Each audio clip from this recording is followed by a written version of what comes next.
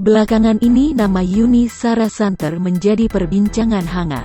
Pasalnya, ibu dua anak itu ramai diberitakan bahwa ia menemani anak-anaknya saat menonton film dewasa. Kabar tersebut bermula dari perbincangannya dalam tayangan kanal YouTube Vena Melinda. Setelah Santer diberitakan, Yuni Shara akhirnya buka suara. Yuni Shara mengaku keberatan bila dirinya disebut telah menemani putranya menonton film dewasa. Kakak kandung Krisdayanti mengungkap bahwa judul-judul tersebut telah memiliki dampak besar kepada masyarakat. Yuni juga merasa terganggu dengan pemberitaan negatif yang menyerangnya. Ia juga membantah telah menemani anak-anaknya menonton film dewasa.